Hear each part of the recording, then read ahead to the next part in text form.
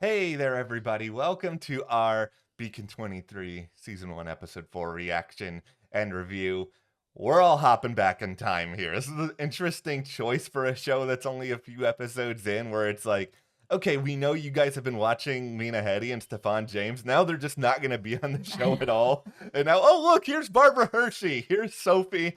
And here is Milan. Here are two other people. And you're going to just go ahead and spend a lot of time with them. I was really surprised that this show decided to do this early on in its run to give us this kind of information. And I mean, there was some important information in here about sort of the lost comet or the rocks and everything that's going on. The first beacon keepers and Milan and his role in creating the beacons and all of that. It's all very interesting. But it does feel like it was a bit early, especially after that huge cliffhanger of Yeah. everything that went on with Aster, where she had like killed her lover, and it feels like she has killed before.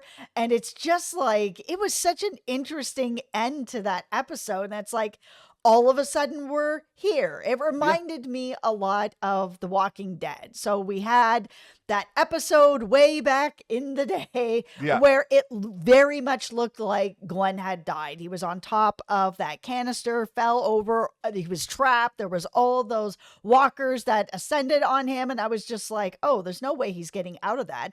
And then the next episode was all about Morgan and nothing else. And while that was an excellent episode, man, people were mad, like really mad. You can't have a really great kind of cliffhanger like that. And then it's like, and now over on the show, 180 years in the past, here's Sophie and Milan, and here's Bart, the villain.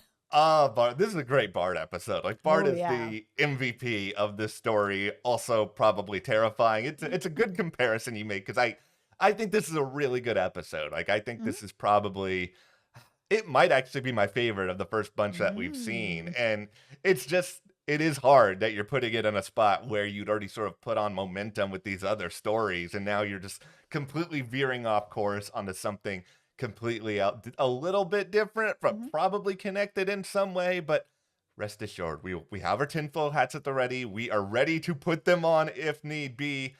But before we venture forward, be sure to join our Patreon, for it is a beacon to all of our discussion about Beacon 23. We have live streams there every single week. It's a great time. We love chatting with you guys. So check that link out to our Patreon in the description below. That's pretty good. Thank you. Thank you guys for all your support over there. It really does mean a lot. Okay, let's start with the biggest question that I have coming out of this episode, which is about Bart. Yeah. Is Bart the villain of the show? Because in the first couple episodes, I mean, he's like pretty mean to Halen. They do not Yeah. have a good relationship at all. Bart feels like he's very much his own AI, his own self. He really does have a personality. He really does feel like he knows, right, that he could take over if he feels like things aren't going the way that they should. And now we know why. Like, we've seen him in the past where Sophie was kind of treating him like a child and nurturing him and Yeah. making him feel like if he did need to make some decisions, he would be able to make those decisions if he had to really protect his mom. And now we know that he lies Yeah. and he kills. So, I mean, going into the present, where we have this whole thing with Solomon, where Helen's like, I didn't kill Solomon. Bart's like, yes, you did. I know you did. We know that he lies. We watched him lie in this episode to get his mom alone, to be able to kind of give her information and be like, see, I told you, I made that whole thing up about, oh, that ship of people that needed help. See how Milan didn't help anybody? I'm like, oh, no, Bart, no. I I love this character of Bart. I'm really, really fascinated. Me too. I want as much history on Bart the AI as humanly possible. And here's the craziest thing, is that sure, Bart may be villainous. Bart may do some very bad things. He may lie, he may kill, he may, I think in Bart's, computerized mind here, I don't think he thinks he's a villain at all, and No? he might not be. I think Bart thinks he's doing what is best for the Beacon, in this case, what is best for Sophie. I think he viewed in this episode Milan as a really enormous threat, and he was Mhm. willing to do whatever it took in order to take care of him, quote unquote, restore order, whatever needed to be done. And that's what makes him so fascinating to me. And that's why I want a full understanding of everything with Solomon. I want Yeah. everything, I want a clear picture about everything with the Beacon, because I think Bart is doing something he deems is very important, and it might very well be. We just don't have all the information that Bart does. That's the thing, is that Bart is computing everything. Like, oh, I ran this scenario a million different ways. Yeah, Milan is going to, if he actually gets to do what he needs to do, it's just going to be a catastrophe.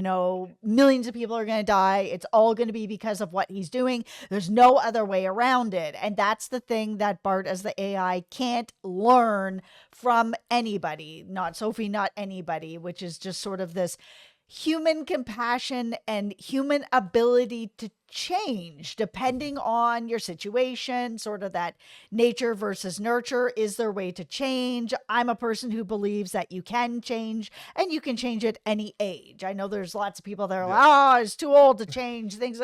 No, I think anybody, if they really have that moment that happens to them, that event in their life, they meet that person, something can change in you and grow in you. And could Sophie have been that person yeah. to build with Milan? I mean, we saw their relationship in a short period of time where she was really building with him, like touching his hand and being like, listen, like, you're looking for family, you don't have a relationship with your daughter, we can be that family. Like, you don't need to do what you're doing, we can go about it another way together. And she was starting to get through to him in Yeah. some ways, and that's something that Bart can't compute. No, he can't understand it, and I think Milan himself as a character, I don't think he fully understands all of it either, because it seems like Milan is obviously somebody who wants to play God to a certain extent, but it's also somebody who he wants to manipulate the concept of time, where it's just, if I have enough time, I can do pretty much anything. So here's my attempt at a summation as to what exactly it is that Milan wants. So he talks a little bit about an artifact, a lost comet, and we hear all this conversation about the rocks with Aster and Halen. My feeling here is that there must have been something with the comet, residue that was left over, and like these properties, these minerals, maybe they come from a faraway galaxy, wherever it comes from.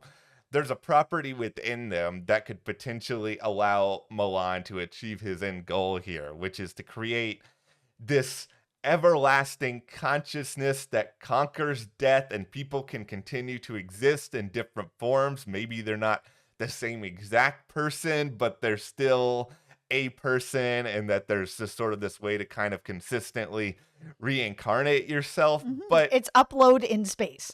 it's upload in space. For those of you who watch Upload. Yeah, it's funny. I've watched all this Upload, and I thought a little bit of that, and I for people who may have seen my posts on Twitter, I am a very big Mass Effect fan. This feels a lot like Shocking. this feels a lot like the Geth, where all the Geth are just, they all have like shared like a pseudo brain, and it's it's a blessing in some ways. To sure, you have this idea where you can live forever, but it's also a curse, and it's also if you live forever, you really have no way to appreciate the time that you have. And you mentioned Upload, like there's a lot of that goes on Upload, this idea of, okay, what do you do with infinite time? And it's a very dangerous sort of prospect too, where if everybody just continues to sort of reincarnate themselves or reboot themselves in some way, like let's say somebody kills them, are they then in their reincarnated self going to go find a way to get revenge? Is this just going to like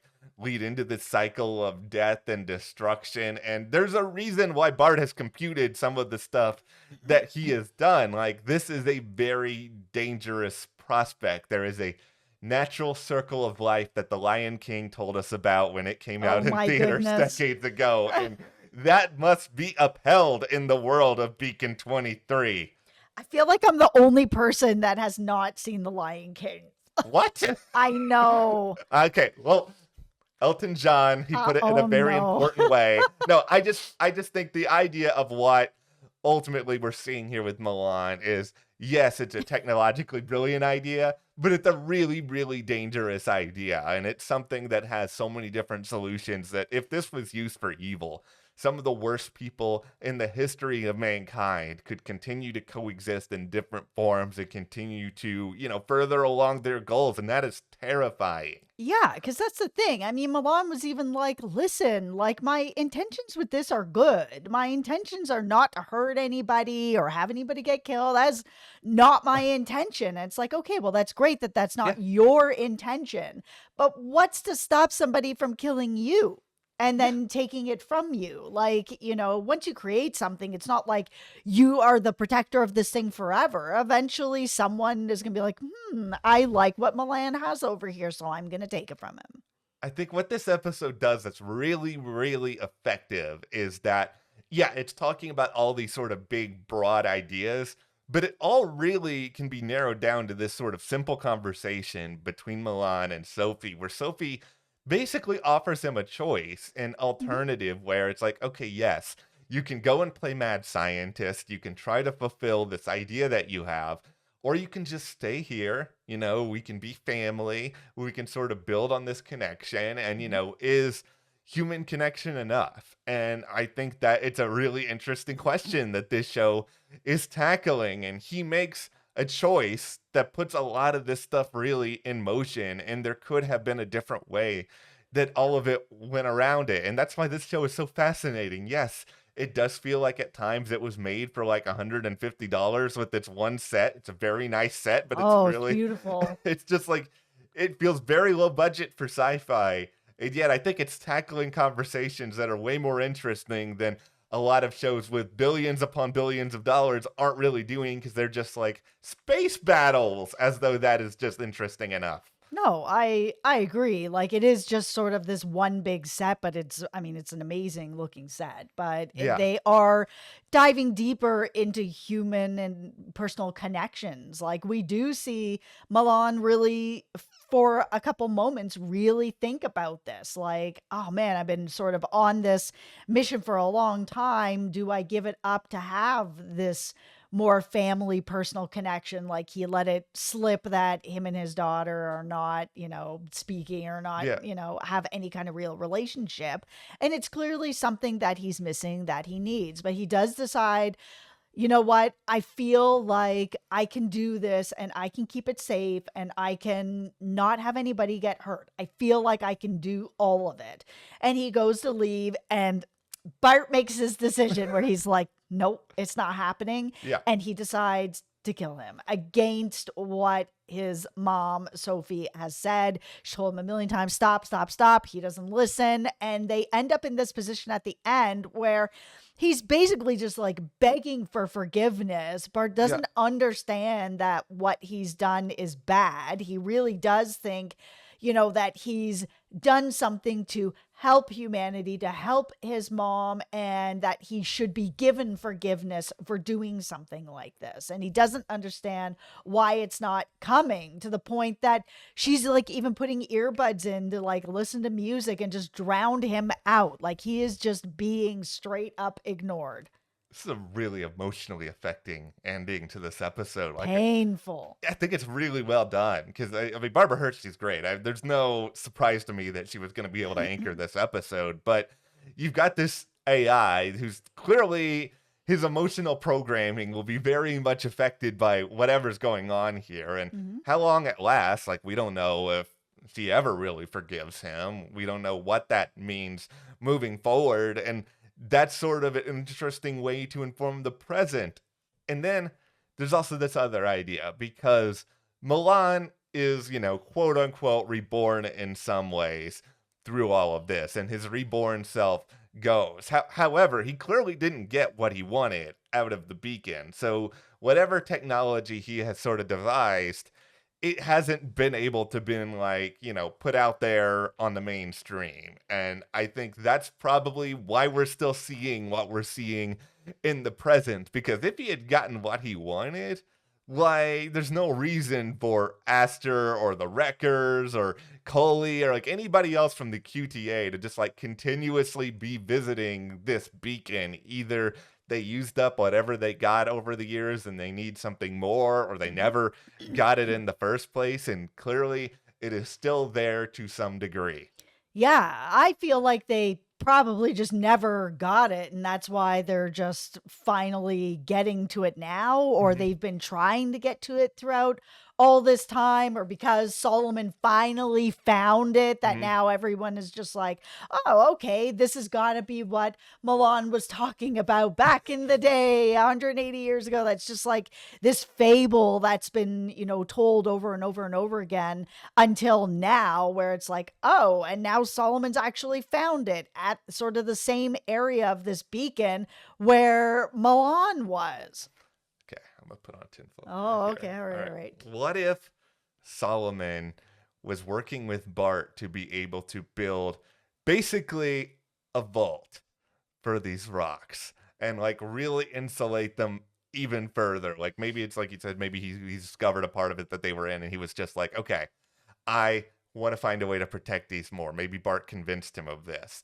And maybe because something happened to Solomon, maybe that's what made Bart so upset. And maybe he's taking some of this out on Halen, or maybe he doesn't actually know what happened to Solomon, and Halen's just an easy person to blame. But maybe his combative nature is just because that he knows that Solomon was building something to keep the rock safe forever. And now because Solomon is gone, there's nobody to keep them safe. Though also, Bart, if this theory is correct, why aren't you just telling Halen, okay, listen, this is what's going on. You got to keep these safe. Well, that's the thing, right? Like maybe Solomon wasn't going to keep them safe. Maybe he pulled them in. He was gonna, let people know. I mean, Aster hasn't been exactly honest with everything, but when she showed up, she was kind of like, yeah, like Solomon sent me a report and now I'm here. So, I mean, is it possible then my tinfoil Yeah. hat is that Bart's the person that's killed Solomon? We know that he lies, we Mm-hmm. know that he kills, and that he kills over these rocks. He thinks that these rocks are going to be the end of humanity, and he is not having it. So, is it possible that he killed Solomon, is lying about it, saying that Halen's the person that did it because he's trying to stop these rocks from going anywhere? But if that's the case, then Mm-hmm. why is he just at this point not killing Aster, who also seemingly is like, I'm here for these rocks. I'm going to get these rocks out of here and go to QTA. Yeah. Everybody that's there feels like they're taking the rocks off this beacon, except for Halen at this point, who Bart doesn't like. Bart, you gotta share more. Sharing is caring, Bart. You gotta let us in a little bit more so we understand exactly what it is you're trying to protect, and also what these other people mean to you. Like where I think this could all be going is maybe at the end of this season we're going to see Halen and Aster in a similar sort of position than what we saw with Sophie and Milan, where they have to ask this question of, is this connection that we have forged, this friendship, this bond, whatever you want to call it, is it worth more than whatever these rocks could give us or whatever this technology could use? And Mhm. maybe they'll make a different choice, or maybe they won't. And then maybe this season's going to end with Bart trying to kill everybody and they have to try to kill Bart. Well, Aster's in such a hot water at this point. I Yeah. mean, she just killed someone who's basically like her higher up at QTA. Yeah. And I just feel like once that information gets to QTA, that it's going to get really bad. Like once she doesn't like call in, and this sort of higher up is not calling in either. I mean, more people are going to be sent there Yeah. to kind of be like, okay, like what's going on? Where is everybody? Oh, everybody's dead except for Aster, and Aster's not Mhm. talking to us. Cool. Like I think she's just done. She's done with QTA at this point. I think She made her choice. this episode did at least a good enough job of correcting what I think was one of the biggest problems with this show, was just that as much as I enjoyed the performances, I didn't really understand anything that was going on. And it was just like the lore was just so far out there. And it's still a little bit theoretical. It's still a lot of us trying to put together pieces to see what the puzzle looks like. But I at least feel like we're somewhat grounded now. And that's at least enough to make me excited for what's coming up next. Yeah. All right. Well, thank you guys so much for diving into this beacon. Hopefully we can be a light in the darkness that is this complicated show. But be sure to join our Patreon. We've got that link in the description. Thank you so much to all of our patrons for your support, and Thank we'll you. see you here next time.